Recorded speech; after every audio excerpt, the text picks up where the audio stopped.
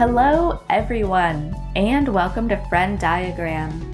This is the podcast where two friends catch up and find common ground between their favorite media. I'm Remy. I'm Kat, and today we'll be chatting about our latest Scrips and Scraps. Warning, spoilers ahead.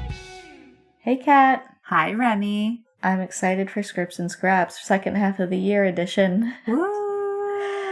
I think it's been since May, maybe, since we did Scrips and Scraps. Does that sound right to you? Yeah, I guess so. I haven't looked in a long time, but sounds right. I don't remember what I talked about way back in May. I remember talking about, I remember mine. I talked about I Saw the TV Glow, Endorphin Port, and I want to say Medium Cool.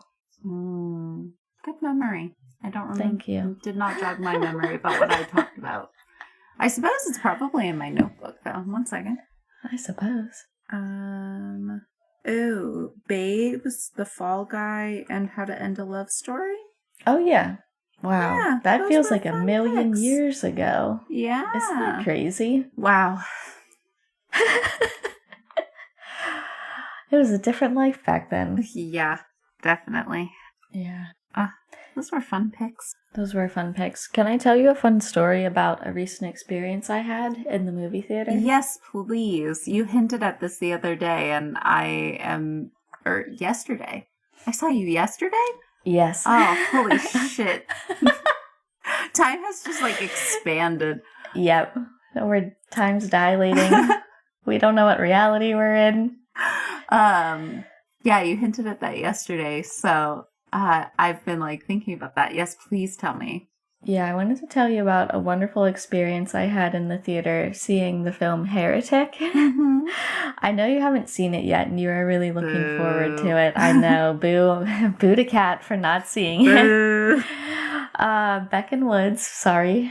I know, I'm Kat so sorry, apologizes guys. personally. I wanted to. Iowa Hometown Heroes. Yeah, I know. Truly.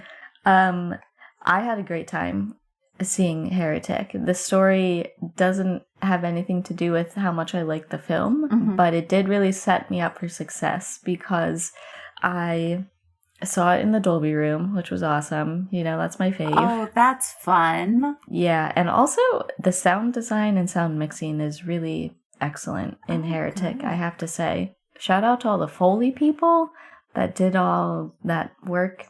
Shout out to the sound mixers that incorporated it. Sounded great, especially in Dolby Atmos. But a really fun thing that happened is that prior to the film starting, I got there at the beginning of previews, which I normally don't. I'm always, running out the clock.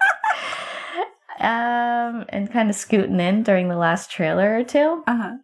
But I got there early. The C train must have been on time or something. And a woman sat down a couple of seats to my right. And she set her coat down on the seat next to her and then opened her big bag. And she pulled out a tiny little dog. She pulled out a chihuahua that she brought to the movies with her and put it in her coat on the seat. And the chihuahua just kind of circled around and settled itself down into the coat and made itself nice and cozy and was just this cute little bean sitting on the seat. And I was like, did this woman purchase a seat in the Dolby Room for her dog? That's incredible stuff. That's amazing. Did she just sneak it in? Oh, she snuck it in, and that was not the dog's seat. People came later to sit in that seat, but before they did, the dog woke up from its coat nap and noticed I was watching it and hopped over the armrests and came over to say hello. Oh my gosh. And just thoroughly licked my hands and all of my fingers and in between all my fingers for at least 10 minutes of previews. Aww. And it was delightful. That's so nice. I don't think the dog was meant to be there, but I thoroughly enjoyed the dog being there. It was silent, for one thing, which is great. Yeah. Everyone in the movie theater needs to be silent, including pets. Yes. So the dog did a good job of that. Good job, dog. And I was just delighted. It came over and gave me lots of licks. What a surprise. That's amazing. I know. It was wonderful. And then I just had a great time watching Heretic. It was a wonderful time. That is incredible. Mm-hmm. Shout out to that dog. Hope you're well. Yeah. Oh my goodness. I hope you enjoyed Heretic, dog. Yeah. The lady that brought the dog just had confidence off of the charts. Because not only did she sneak her dog in and give it its own seat, she also immediately kicked her shoes off in a public setting. God. I was like, this woman knows no social norms. Incredible stuff. Oh my God. Yeah, she truly made herself at home. Wow. That is something else. Yeah. That is really something. You look disturbed, Kat. I am disturbed by the latter. I am not disturbed at all by the dog. I am very disturbed by the lack of shoes. You draw the line at lack of shoes. That's fair. I like feet to stay hidden. Yes. They have to stay in their lane, which is in the shoe. You would never catch me taking my shoes off in a public space. No. You could not pay me to take my shoes off. Like, I don't take my shoes off in my own home sometimes. I like having them on. I definitely take them off in my home because the streets are filthy out here. That's true. That's true. I feel like now that I live in such a small space, I do take them off more. But sometimes I just forget. But I like to have them on. Also, they help with my feet staying warm because my feet are always really, really cold. If I take them off, then my feet are just, especially in the Dolby room, how are your feet staying warm? You know, it hasn't been freezing in there lately. Yeah, probably because it's not the summer and they're not running the air conditioner. They don't need to run it that much. I'm going to write them a letter. You don't need to run the air conditioner so aggressively. It's not that cold. A letter too. Or it's not that warm in here. I don't mind when there's dogs in here. Just so you know. You didn't ask, but I'm telling you. Signed, Remy. I think dogs should vote and be allowed in movie theaters. Oh, that was a wonderful story. I'm so glad you saved it for pod. Yeah. Oh, it was wonderful. Wonderful memory. Oh, my goodness. I hope she's back when you're there for your Paul Schrader. Oh my God, thank you for reminding me. I did want to say, since I'm moving to New Orleans in 3 days, I'm seeing a movie at AMC 13 every day leading up to that because it's the Vatican of the movies for me. It's my movie cathedral and I'm going to miss it so much. So, yeah. I'm seeing as many movies there as possible before I go, but the final night I'm in New York City, I am just doing one of the most New York City screenings possible, maybe. I'm seeing Oh Canada, Paul Schrader's new film, with a director Q&A after, featuring Paul Schrader and also Michael Imperioli. That's gonna be awesome. Yay. I can't wait. I was debating on getting the tickets, and then I was like, well, will probably never have this opportunity to see Paul Schrader in real life again. Why would I not go to this? Yeah. I must go. And so now I'm extremely excited. Yeah, the legend. Wait. I'm going to see the legend in person. Paul Schrader, the king of takes. Yeah, I can't wait to hear what you think of it. Yeah. Yeah.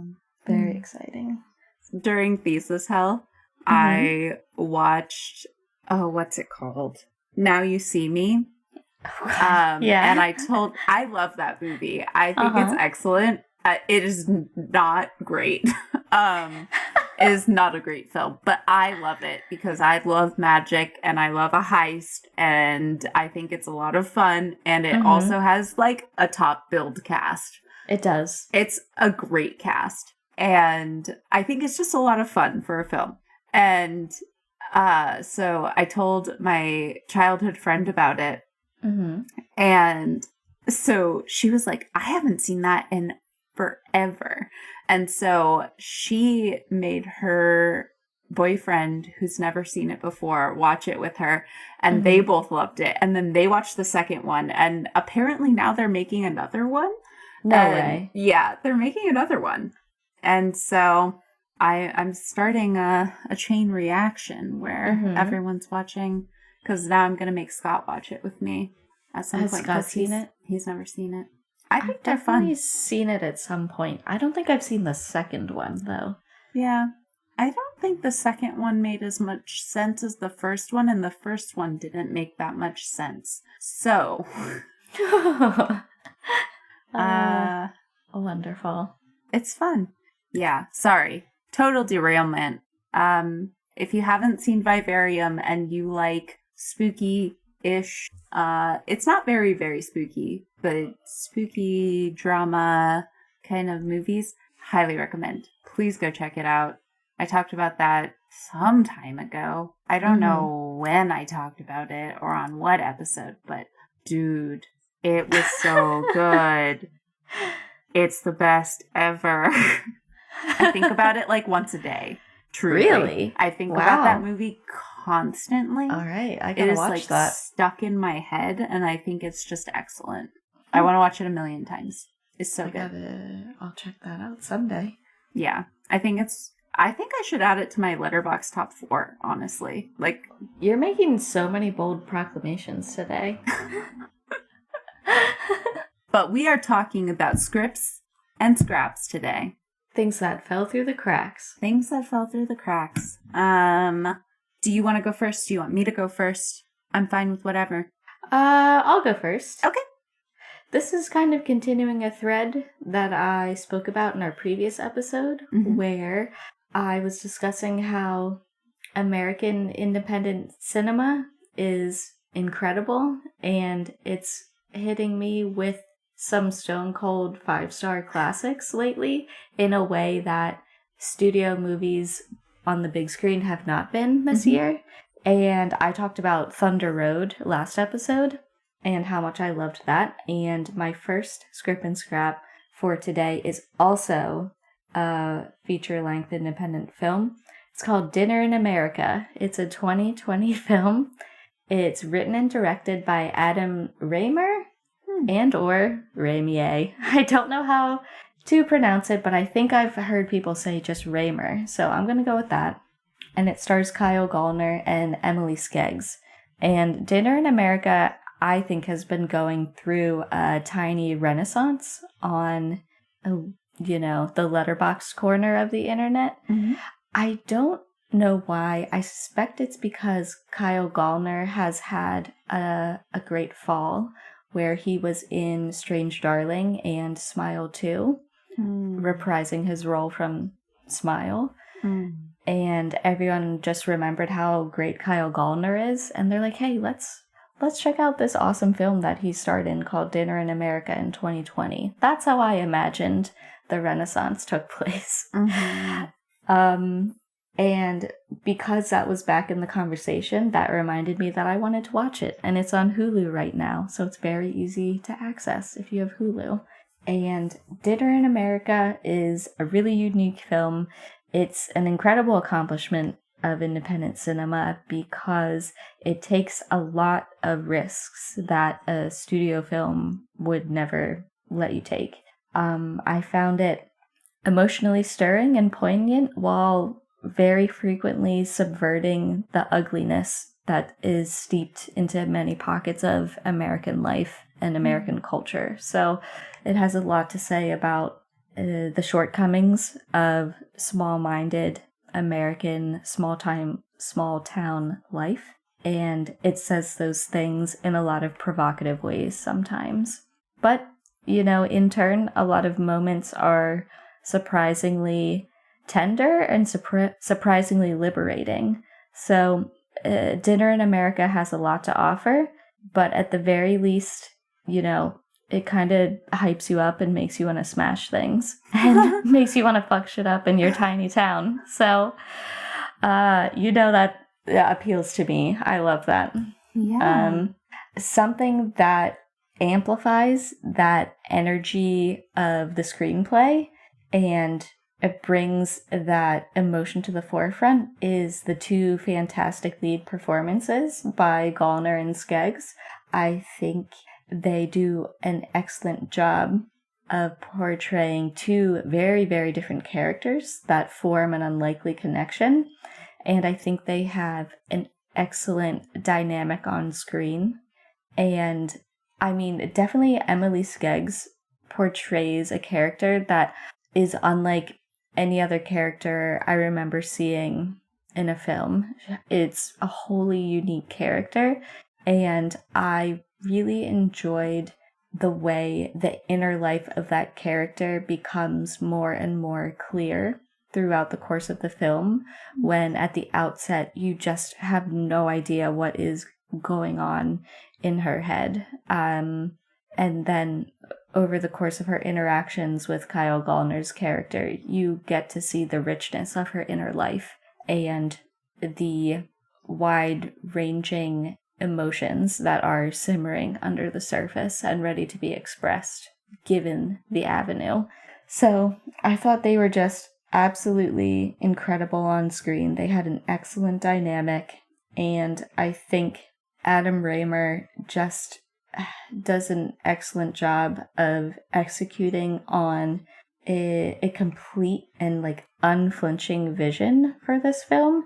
It's very in your face, pretty unconventional in a lot of ways, but it is just is such it's just, he makes a lot of ballsy choices that you couldn't do if you're constantly, under the threat of oversight and overreach. And so I am really excited to check out more of his work. I've seen his other film, Snack Shack, that came out earlier this year and thought that was really fun. And I know he has another film that's in post-production right now that's also starring Kyle Gallner. So I really want to check that out. I think it's called Carolina Caroline. Very interested in that. So definitely down to check out what else Adam has going on in the near future. And I would say the original music in this film is very cool. And if you've ever been bored, if you've been feeling a little bored with movies this year and you also hate the suburbs, then you definitely need to watch Dinner in America. That sounds great. Yeah. I'm curious to check that out. I think the overarching theme for my picks for my Scripts and Scraps are things that have been making me very happy over the last few months, and things that I've been returning to a lot. And so the first thing on my list is Sammy Ray and the Friends' new album. And I don't usually talk about music on the pod because I don't know very much about music, and I don't feel very adept at talking about music, but I think that this is worth mentioning because they are just such a different band. Their new album is called Something for Everybody, and they incorporate a lot of different musical genres into this album. What's the group again? Sammy Ray and the Friends. I don't know them. Yeah, they're definitely an indie band. I don't think I've met anyone who does know them, but they are a band that I've been returning to a lot because I love their music. They have a very jazzy, funky style, and I love their lead vocalist, Sammy Ray. Her voice is just really lovely. I think that she can do a lot with it, and she's got a really good range. But I think that this album, which this is their first full-length album, they have some longer EPs, which are excellent. I would highly recommend them if you kind of like jazz and funk kind of music. But this album, I think, is really palatable to a wider audience because it's got some kind of disco-inspired music, some country-inspired music, folk influences, just a big variety of sounds on the album. And I love that that helps every track be distinct from each other. I mean, we've all heard an album where each track kind of sounds a little bit the same, like Imagine Dragons is kind of I mean, I love Imagine Dragons, but I think that their music's great. However, I will say that like sometimes I'm like, oh, wait, is this that song or is it that song? You know? Okay. I think that their style can be very similar from song to song. Sure. And I think that this album does not fall prey to that because each sound is so distinct. And it's very quirky. It's very upbeat. It tends to be very upbeat kind of music, which I find very like cheerful to listen to. It always like kind of uplifts my mood, which is why I come back to it a lot. And I would say that my top 3 songs on the album are the song Cool Doug at Night, which Cool is Doug at Night? Cool Doug at Night. I like that title. It's amazing. It's the disco inspired song. And it's just telling this story about this guy named Cool Doug who loves to dance disco, and he just seems like a cool guy. I love him, and I listen to it a lot. I also really like the Coming Home song, or it's just called Coming Home song. And then I like Thieves, which I think is like the most like pop song on the album. Like I feel like you could hear that song on the radio, and it's like the most radio playable song. So those would be my top 3 recs. And I think that the whole album is just like really easy to listen to personally, and it's worth giving a try if you're looking for something new and different that's not just the same old stuff that's playing on the radio, you know? Sure. But yeah, Sammy Ray and the Friends. Nice. Okay, my next Scrip and Scrap is a little hard to explain. It's called I'm the Mayor of Bimmy Gardens, and it is the failed pilot of the original series created by Chris Fleming. So he made this pilot for a TV show, but it didn't get picked up. But so he just put the pilot out on YouTube, and so now that showed up on my YouTube algorithm the other day, and I was like, "What is this?" Yeah. I love Chris Fleming. I've been a huge fan of his for like 8 years now. I became aware of him when he had the video of his original song called I'm Afraid to Talk to Men on YouTube. That's when I got on board, but he's recently become like very popular, especially on TikTok, I think. And I had the pleasure of seeing him live here in New York City a couple years ago now, I guess it's been. So I'm a big fan of his work. He's a comedian, I should say, but he writes original music for his stand-up comedy and also writes songs on YouTube as well that are like, you know, comedy based. And he's also just an awesome stand-up in a non-musical way as well. He does just incredibly searingly accurate observations about the modern social landscape in the United States. And he's a genius.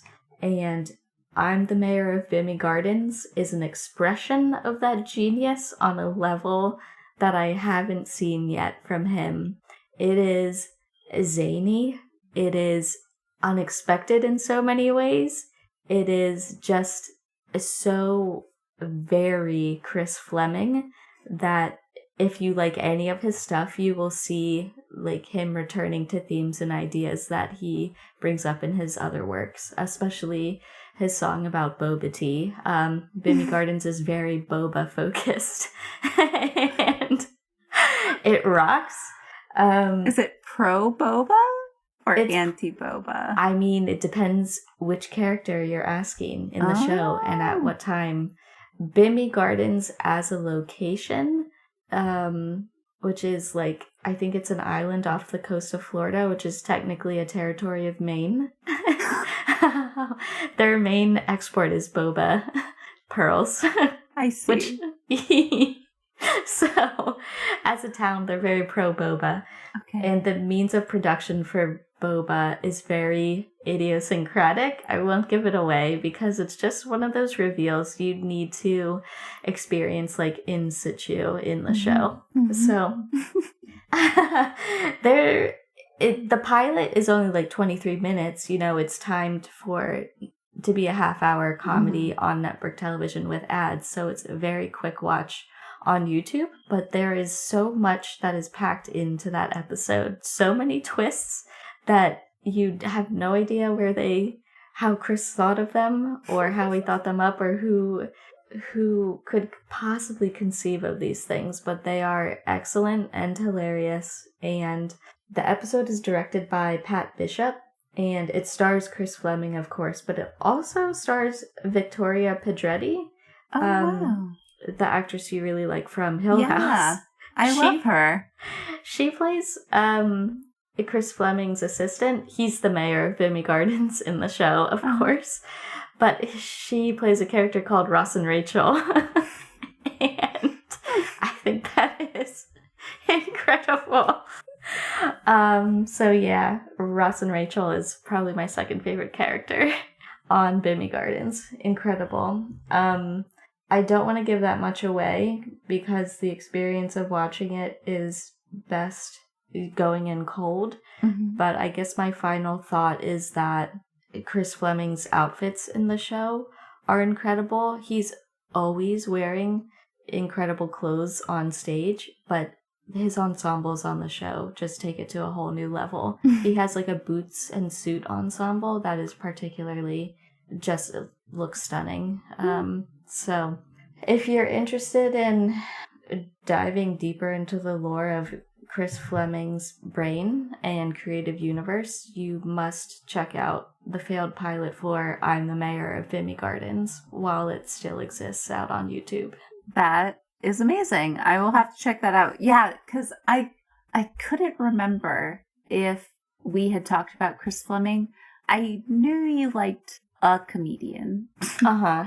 And I could not remember if it was Chris Fleming, but I assumed since it was being recommended to me and we run in similar YouTube circles. Yeah, I'm sure it was. it was your guy.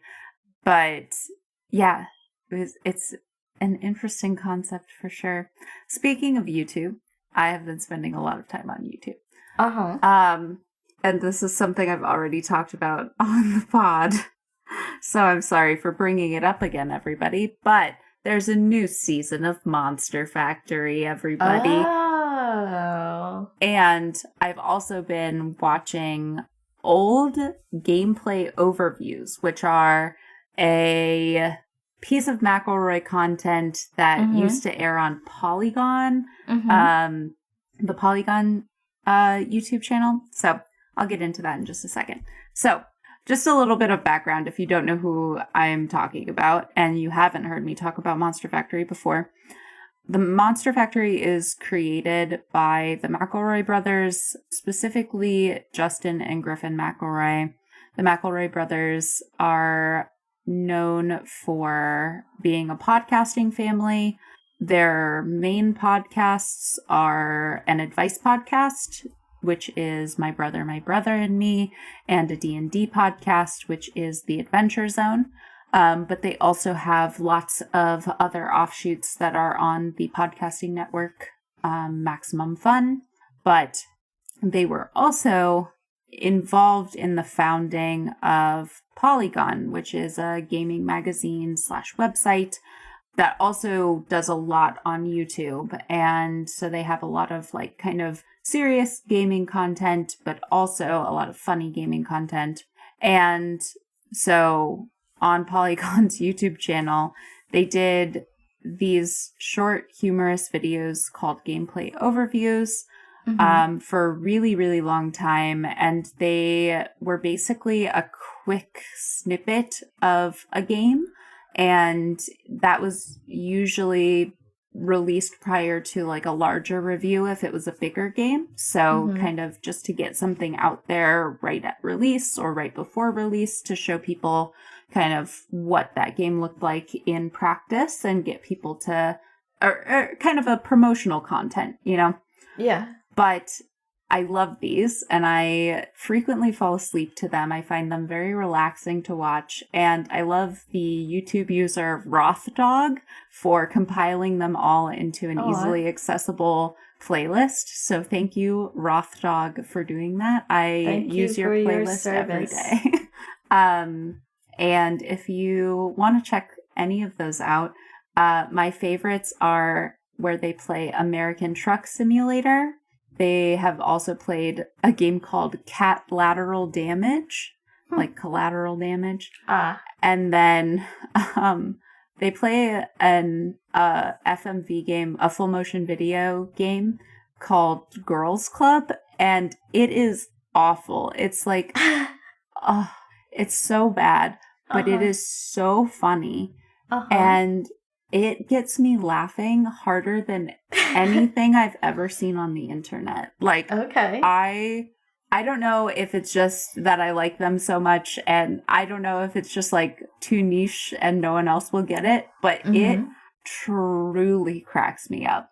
Is full motion video where there's like a sensor that can see your body positioning? No. Or what is that? Full motion video is a kind of pet project for Justin. So full motion video is a type of game where instead of it being kind of animated or rendered, I don't know the technical terms, like digital animation, it is actually more of like a movie that you are interacting with, or kind of a combination of the two. So you'll have these cutscenes that are actual actors that then are kind of interacting with the world in a way, and then you'll kind of go back into gameplay, do gameplay for a bit, and then have more cutscenes.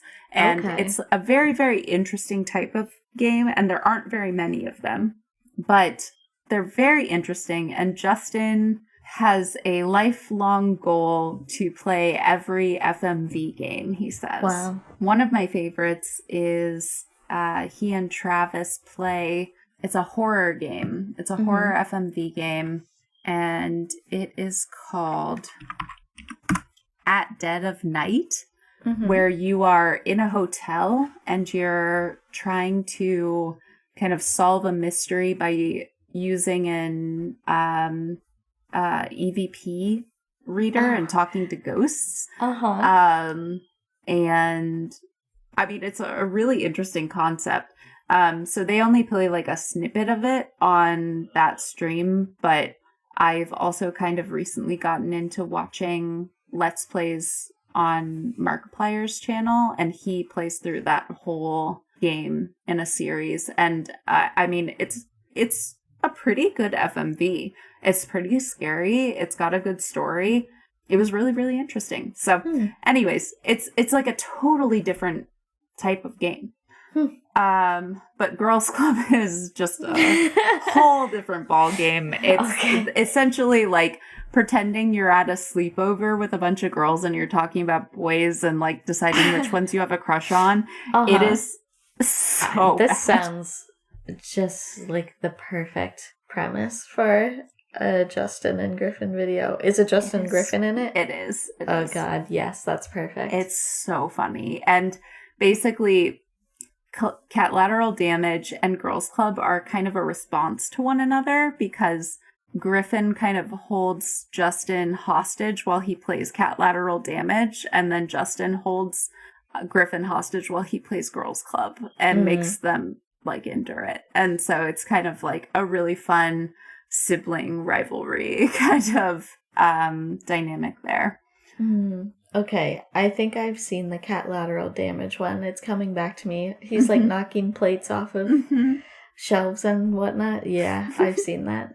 Yes. But yes, I highly recommend the American Truck Simulator one as well. And also the mechanic simulator one is amazing. Griffin unintentionally creates a chop shop. And it's so good. It's so funny. He's like, I think that what I'm doing here is illegal. It's so good. And then, so they did all of these gameplay overviews for many, many episodes. And then Monster Factory was kind of an offshoot franchise in which Griffin and Justin use the character creation interfaces to A, create extremely funky looking guys, and B, absolutely crash games. So a lot of the game crashing ends up being like Bethesda games, which are very known for being buggy and glitchy. So games like Fallout. But this has become a much loved franchise and now has a consistent release schedule, and it brings me great joy. So check that out. Some of my all-time faves from Monster Factory are Dino Crime, Snack Braff, and Jim Jelly. I knew you were going to say Jim Jelly. Jim Jelly's so good. Can I say my favorites? Even yes, though this please. Isn't my script. The Fallout series. I think it's Fallout 3, right? Fallout 3. Fallout 4. Fallout 4 series. So. Half-Life? Is that what that game is called? That's not what it's called. There is a game called Half-Life. What's the one I'm thinking of, though? It's something Can you tell me what the guy looks like? I don't know. They're all just fucked up guys. This is the game where you kind of... You just live a second life inside of the game. Second Life. It's called Second Life. The boy mayor. The boy mayor. I was going to say, I think he's a mayor, but I don't know if I'm conflating it with... Half-Life is like a scary game, I think. Okay. Oh, it's the game where you live like a second life. Second Life. The Second Life series so with the boy mayor. That rocks. Incredible. And then, of course, my favorite of all time, Spore. Oh, my gosh. Here, Will Wright has to get back in the box. I was watching that the other day, and then I can't stop singing. Shrek? No, I can't stop singing the backpack where he keeps his applesauce.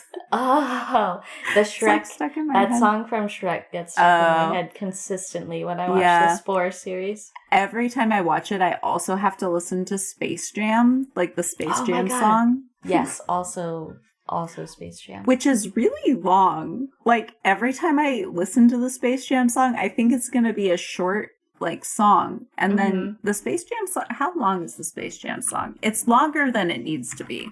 I think if they had to fit it to the length of the credits, probably. So that might be why it's so long. The first result says it's 4 minutes and 11 seconds. The second result says it's 5 minutes and 5 seconds. That is too long. It's long. What goes on in that song that you need? Just loop it. It doesn't need to be that long. Anyways, no one's watching the credits. I'm sorry. It's the opening credits where you were just watching Michael Jordan highlights, right? I think, if I'm recalling Space Jam correctly. I haven't seen Space Jam since I was so small. A neonate. I used to watch that movie with my dad, when I was you were a 4. zygote. Yeah. I remember him going outside in the dark. That's all. I remember the very beginning. Yeah. And maybe part of the basketball game, but I could be just making that up in my head now. As an adult. You should rewatch it one day. See what you think. Did you see the new one? No, I didn't. Who was the basketball player in that one? I thought LeBron was in that for some reason. I feel like that's true. I had a Space Jam basketball when I was... Oh, that's cute. Yeah. Corey and I both had our respective ones. Mine had Lola Bunny on it, of course. A queen. Oh, yeah. Okay. Monster Factory. That's right. Yeah. All excellent picks. And I have to say that I didn't watch Monster Factory until you told me about it. I introduced you to the McElroys, but you were the one that opened my eyes to the world of generally YouTube and specifically Monster Factory. Yeah, specifically Monster Factory. Ah, what a treasure. Okay, I have my final script. Mm-hmm. It is a short film from 2020 called Still Processing. This is a film by Sophie Ramvari, and she has an entire collection of short films on the Criterion Collection streaming channel, and I highly recommend all of them, honestly, especially the ones about dogs. So Norman and In Dog Years, those are both great. I most recently watched Still Processing, which is about 17 minutes long, and I think it's my favorite of hers that I've seen. I think it's excellent, and it is a really, really personal film. All of hers definitely have a personal element, which is why I think her short films are so wonderful. But this one is very, very vulnerable and emotional, and centers Sophie herself more so than any of her other films that I've seen. And the basic premise of the film is that her parents kind of bequeath her with this box of photographs and videos, family photos and videos that she's never seen before. And they're all taken during the time when she and her brothers were all children. She grew up with 3 brothers, and 2 of those brothers passed away in the few years preceding the production of this short film. And so she's looking at all of these childhood photos and videos for the first time, without having 2 of her brothers anymore. And it is obviously a very emotional process for her that she's documenting and describing and reacting to. But also, the pieces of media that she's viewing are beautiful in themselves. So a lot of these family photos are like taken on film and developed in a darkroom. Like, you can tell they're actual photographs. I think based on the way she frames the introduction of the box of photos, that all of the film photos were taken by her father, who was a cinematographer in Hungary before the family emigrated to Canada. And so he obviously has an excellent facility with capturing wonderful and striking images on film, and captures a lot of great candid photos of their family while they're all children. And so the photos are just beautiful, and her process that she's capturing in this short film is impactful to watch, and just really speaks to the fact that grief can be unresolved for a long time and can be in process, and that's okay. Like, grief isn't it's not a checkbox that you can just check off of your list one day. It's something that takes time, and it takes a lot of different approaches and perspectives. She speaks with her surviving brother in the film, and they watch some of the home videos together, and I just really liked her portrayal of memory and still having unresolved feelings about people that have passed away, and that it's totally okay for these things to be open-ended. And I thought it was a wonderful film, and she just packs so much emotion into those 17 minutes. And I think it is definitely worth your time. And it is definitely a great example of frankness around topics that some people might be afraid to create art around. And so definitely, if you have the Criterion channel, please check out Sophie Ramvari's short films, especially Still Processing. Yeah, that sounds really valuable. It's wonderful. Her work is so great, but this, it's such a vulnerable piece. Yeah. And I'm glad. I think she has gotten a lot of recognition for what just a wonderful document this is for such a unique situation. Yeah. I'd like to check that out. Yeah, I hope she continues to make films. All of her films are really interesting, and her point of view is so interesting, and she has really engaging ways of communicating her thoughts about often very deep and existential topics, whether that's about her family members or about people's relationships with dogs, or people's relationships with dogs and technology. She's great. I think. I hope she continues to make work. Yeah. Yeah. My last script and scrap is the video game. Well, a video game that I've been playing a lot, and I think I've mentioned to you off mic, but it is the video game RimWorld. Oh, and I have been playing this a lot. I really love it. It was developed by Ludian Studios and was first released in 2013. It's an independently developed game and an independently maintained game. Oh, wow. Which is amazing. And it's kind of difficult to describe, and is one of the reasons I haven't brought it up on mic to this point. But essentially, the premise of the game is that it's a kind of survival simulation game where you manage a small colony of crash-landed humans, and the goal is to eventually build a spaceship. So you're kind of like working them up through getting better resources, getting better research, to a point where they can build a spaceship and get off planet. And so they want to get off of this rim world and back to colonized places.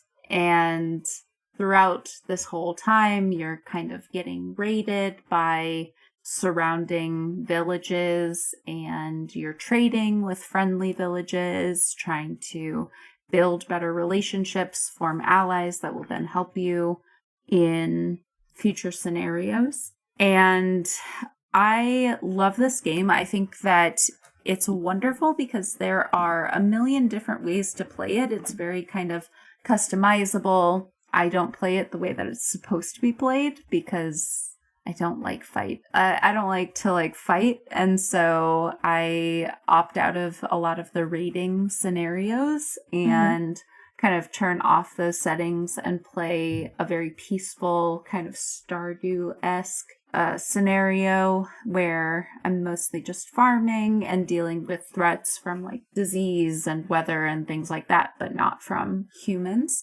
which I really enjoy. But I have also discovered the wonderful world of PC gaming and mods, which is very fun. And I love the immense creativity that gamers display in creating mods. And I am very impressed by all of the mods that I've downloaded for this game, which kind of just change the gameplay completely. So, for example, there is a mod that I really enjoy that turns your game into a hotel where you can run a hotel and people will pay you to stay in good beds, and you can have a hostel room and they'll pay you to feed them good food and things like that.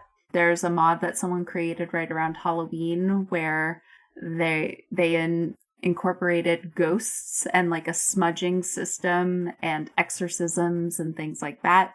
And so I just love all of the creative things that people can do, and kind of seeing the way that people take an idea and then run with it, and the way that that's kind of encouraged in the PC gaming community. So that's been really fun to dip my toes into, and I have been really enjoying that. So I would definitely check it out. It's a little bit more expensive than your average indie game, but I think it's definitely worth it. And it runs on my normal laptop. I don't need a special graphics card or anything, and it's fine. So if you've just got a normal computer, it should probably run. But yeah, that's my last scrap. RimWorld. Every time you say that, I think of Discworld. And also Ringworm. Good variety. Good variety in today's episode. A lot of variety. That's what you get with the Scrips and the Scraps. It can be anything. It can be anything. All right, everybody. I don't know if we'll speak again before the holidays. So, if we do not talk with you before the holidays, have a lovely and safe holiday season, and we will speak to you in the new year. Yeah, see you next year. See you next year.